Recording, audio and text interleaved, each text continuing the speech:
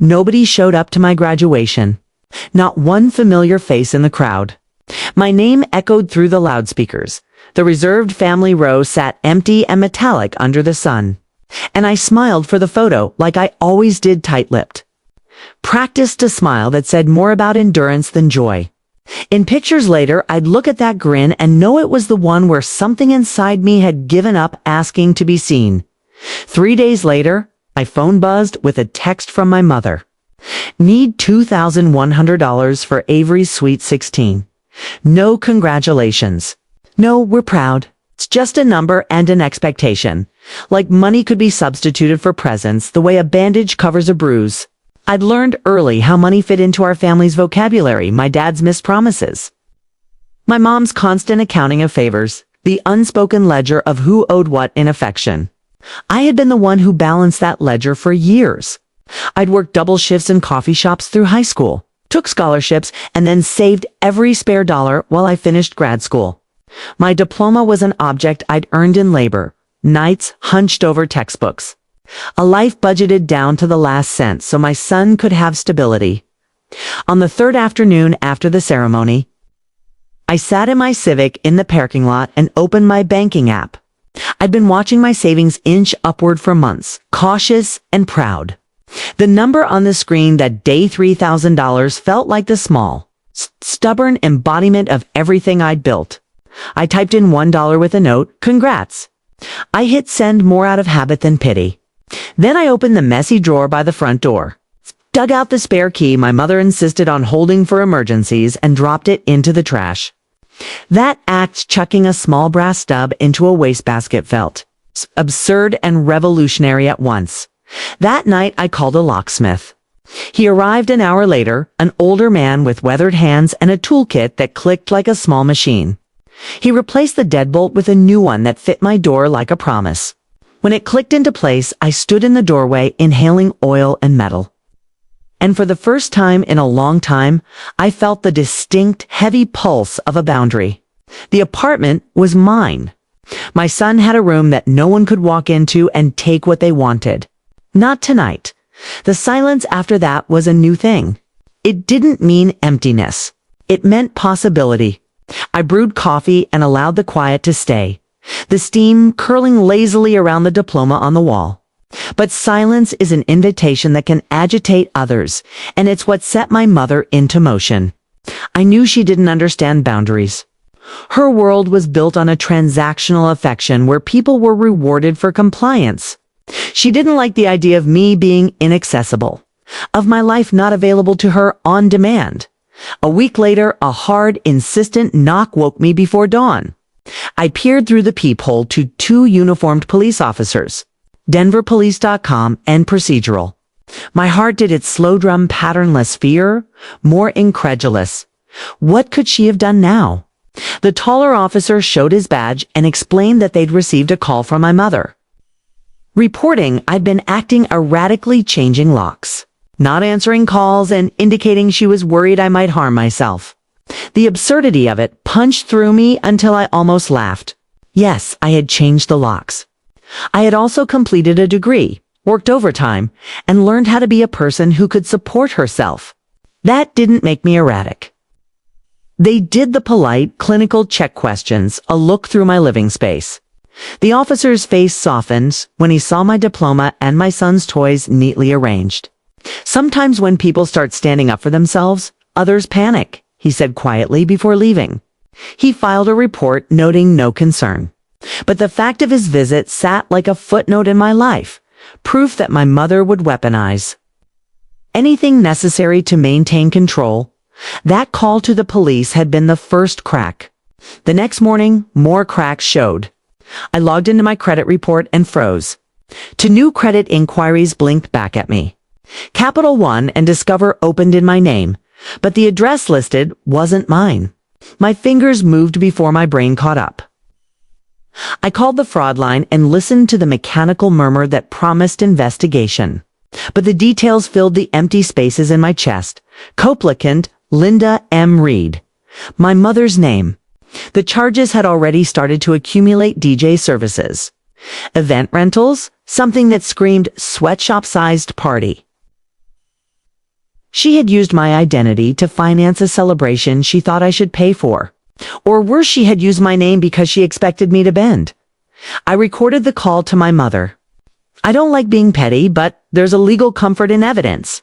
When she picked up, she was brisk and practiced. "Oh, that. I just wanted to help you build credit," she said with a smile I could hear. "You should be grateful." I stayed calm and asked the kind of clinical questions that register well in investigations. Her pauses got longer as I asked about when and where she'd signed. Once I had what I needed, I filed a fraud report, froze my credit, and opened the folder that would later make the banks sit up straight. I labeled the phone recording Boundaries. May 17th, the date felt like a small anchor dot after the phone hung up. I sat with the coffee gone cold and felt something like a new muscle in my chest calloused. Alert. The silence that had felt like protection was now a shield to be wielded. I would not be humiliated into giving what I had earned. If my family wanted to treat my name like a resource, they would have to answer to someone other than me. If they wanted drama, then the banks and the law could be the theater. Asterisk, the first confrontation was quiet. Accidental and public, perfectly humiliating for them and unshockingly cathartic for me.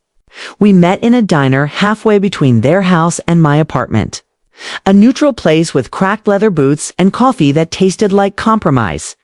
I slid into the booth with a thin brown folder and kept my voice level. They were late. And, of course, my mother came in looking like she'd dressed for a stage floral dress, sunglasses. The armor of someone who never expected questions. I put the folder on the table and slid it toward them. "2 new accounts," I said. Capital One, Discover. Both opened in my name and tied to your address. Both used for charges listed to Avery's party. For a moment, nothing happened except the noise of a waitress clearing a nearby plate. Then my mother's face flexed through color, surprise, composure, the practiced indignation she saved for public scenes. "I did it for you," she said quickly. "It's good for credit history. You should be grateful." The phrase, "you should be grateful," is an old one in our family. It hangs in the air like a threat disguised as advice. The stark truth is that gratitude cannot be demanded. I slid the printouts forward bank statements, showing the cosigner name. Receipts from a vendor in Littleton and asked a simple question. "Did you sign these cards under my name?" The answer was a denial that recited phrases she thought would work. "We help family. We do what's best." I told her plainly that identity theft is a crime and that the bank's fraud team had already frozen the accounts pending investigation. My father's mouth opened as if to say something conciliatory, then closed. My sister, Avery, the centerpiece of every sacrifice, sat with her phone lighting up her face and didn't meet my eyes. The person who performed the role of golden child somehow managed to look smaller. When the broom of accountability was swept through the room, asterisk, the plan had 2 parts. 1, make sure the banks had my paperwork and the police had my recording. To keep the confrontation calm and recorded. I had the waitress on my side. Public witnesses matter. I wanted to show them that I wasn't revenge hungry. I was law hungry. I wasn't trying to ruin their lives out of spite. I was trying to let consequences meet choices. The banker called me that evening. "Ma'am, we've escalated the investigation," Lauren from Capital One said. "We'll send investigators to the venue tonight around 9 o'clock to verify transactions." The voice on the line was measured and polite, an institutional voice that carries the weight of procedure. The news felt like planting a seed. If the truth could bloom quietly, witnesses would see the roots. It was late when I drove by the Cherry Creek event hall. The neon was bright, balloons reflecting in fountains. And on a night scheduled for celebration, the professional calm of a bank investigator and a couple of plainclothes officers felt like a small earthquake under their polished soil. I didn't go in. I'd never wanted to be spectacle. I watched from my car as officers and a bank representative walked through the hall with a folder and a flashlight. And I watched the way my mother's lips thinned when she saw them. Videos appeared the next day on social feeds, clips of a DJ unplugging his equipment, of guests' faces shifting from confetti to confusion. Someone had recorded my mother frozen near the cake table as an officer read from a folder. Later that week, the bank closed the case. Linda M. Reed had acknowledged unauthorized use and agreed to repay the charges in full. A sentence on paper, one line in a letter, felt like verification of a reality I'd been living for years. The public humiliation at Avery's party spread like a rumor at church and dinner tables. In a quiet suburb, gossip can be as lethal as any accusation. People whispered. Employers learned. Social circles tightened.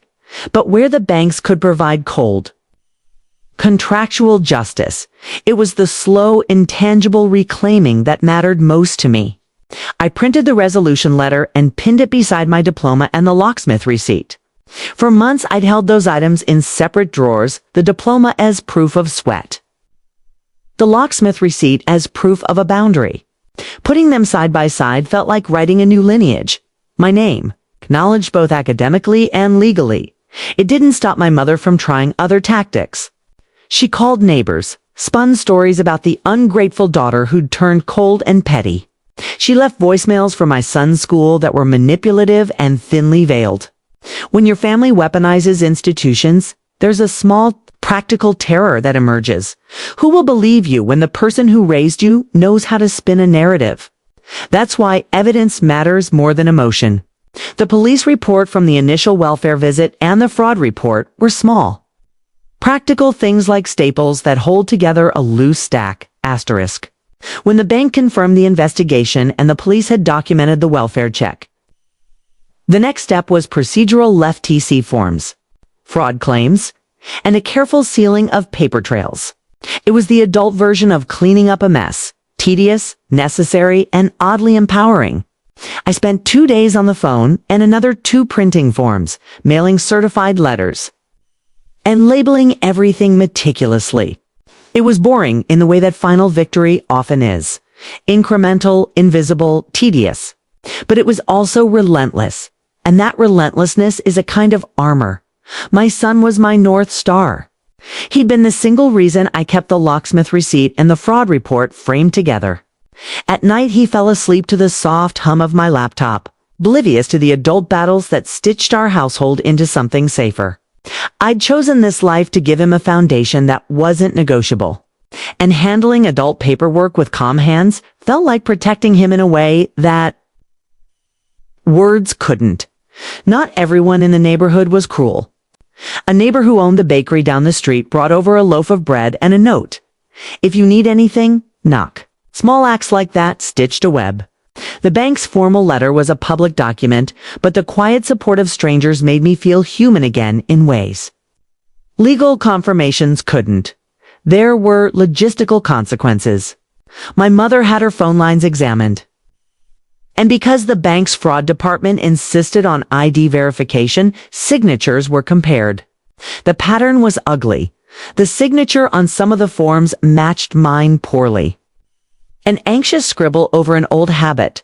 A copy of my name traced in a way my mother thought looked right. It's strange how the visual of your own handwriting in someone else's hand can feel like a grief. This was the grief of realizing your identity, one of the last.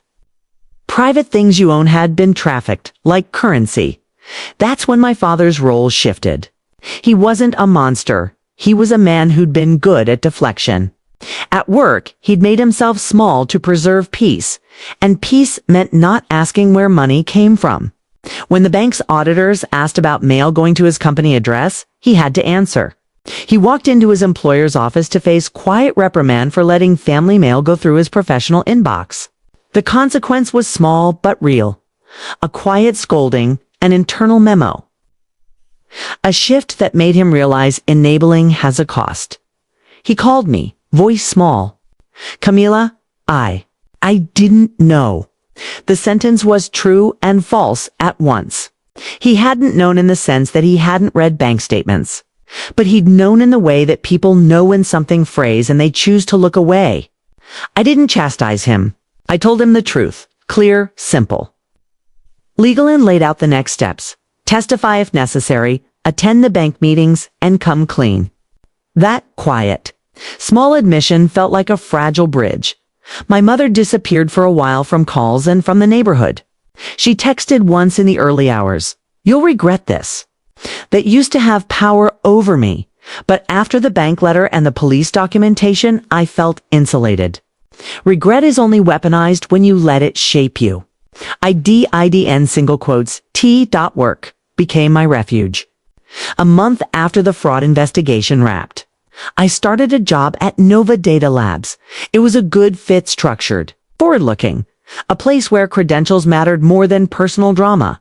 My colleagues were practical people who asked about projects, not parentage. It was restorative to be evaluated on merit again. I dug into datasets and found a new kind of satisfaction in patterns and clarity. At night, I filed more forms, updated my FTC claims, and wrote a cold, careful letter to the credit bureaus confirming identity theft and requesting deletions, publicly. The story of the Sweet 16 debacle became a whisper that still rippled at church bazaars and PTA meetings. It could have been embarrassing, but it also shed light. Conversations about financial abuse, about parents who monetize their children's labor and then borrow their names, began to open like shuttered windows. Word spread that what looked like normal family dysfunction could in fact be criminal when identity is weaponized. Asterisk, there were practical steps afterward. Closing any accounts my mother could touch, setting up alerts, changing passwords, and opening new lines of credit that I controlled completely. I took a workshop on identity theft prevention at a local community center and watched as a room full of people unearthed stories. I recognized family members who used names as tools, partners who skimmed savings, adult children who only phoned when they needed money. The workshop leader was blunt. Boundaries are the firewall of modern life, but legal victories don't automatically knit the soul. There were nights I woke in a cold sweat with the sensation that someone might come to my door demanding answers, or that my son would ask why his grandparents didn't visit.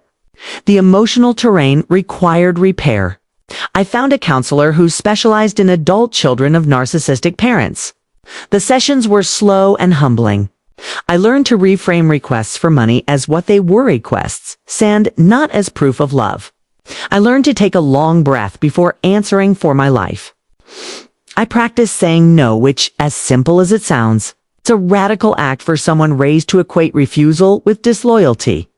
The community reaction surprised me. Some people labeled me ungrateful or dramatic. Others reached out with small kindnesses. A neighbor who offered to babysit when I had a late meeting. A friend who left a casserole at my door with a sticky note. "We see you." Those nudges matter. They make the difference between isolation and resilience. My father tried, in his stumbling way, to make amends. He brought my son a set of wooden blocks and left them with the doorman, claiming he'd thought of us. The gesture was tiny and imperfect, but offered a shape of goodwill. My mother texted a single time an apology that sounded like blame. "I'm sorry you feel that way." It's the kind of pseudo-apology that leaves everything intact. I put the message in a folder labeled "Not for Reply." It was okay to archive what isn't real. One hard decision I made was to limit contact. My son's relationship with his grandparents didn't need to be erased completely, but it needed parameters. Visits would be supervised and brief. Money would never be exchanged.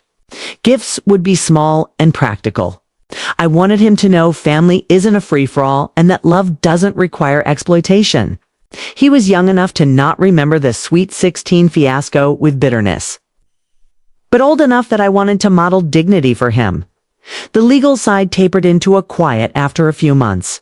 The bank's restitution process was completed. The accounts were closed. The sheriff never had to remove anyone because people left voluntarily when the consequences became real.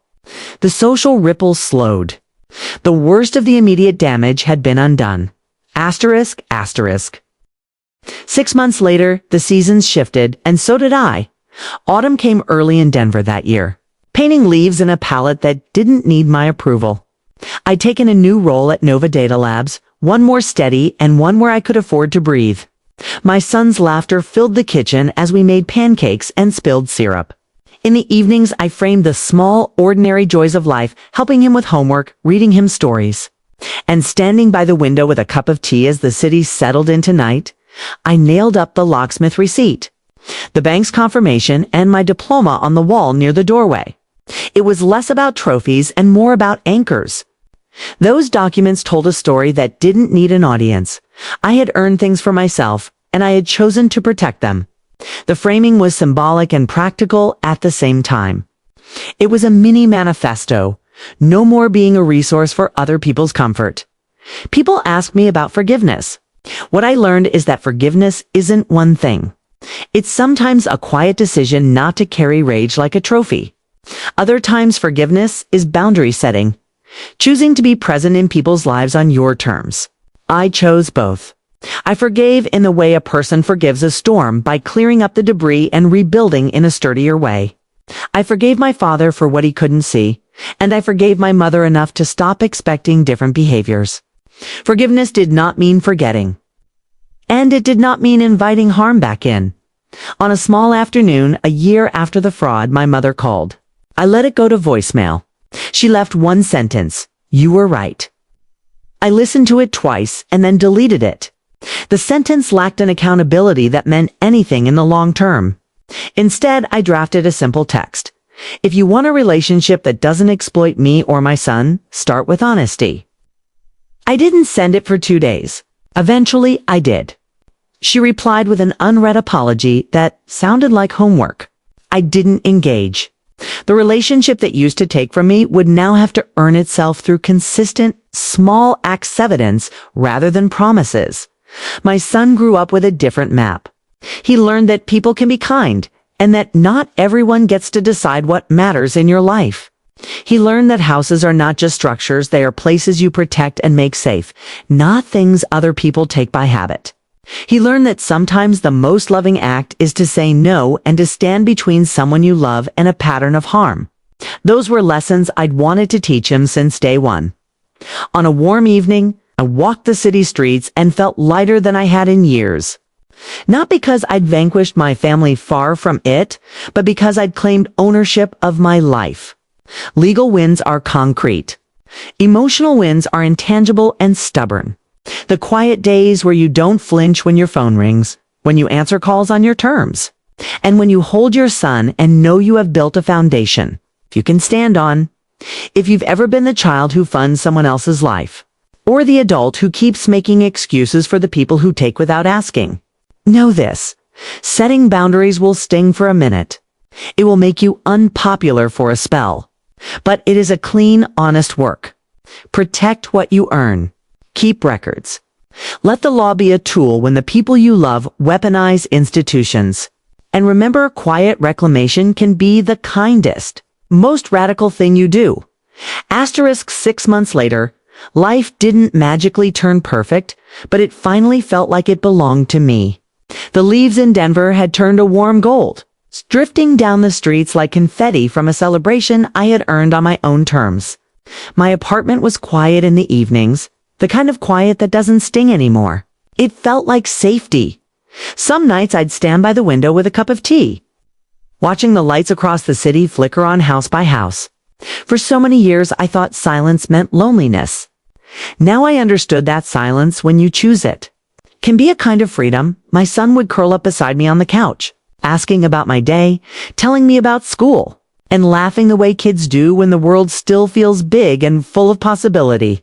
He never asked why his grandparents didn't visit anymore. Kids know more than adults give them credit for. He knew peace when he saw it. I kept the 3 things framed by the door: my diploma, my new employee badge, and the old lock the locksmith replaced. Little reminders that growth doesn't always look like winning. Sometimes it looks like protecting the things you've earned. One evening, as I cleaned up the kitchen, my phone buzzed. A single message from my mother. No demands.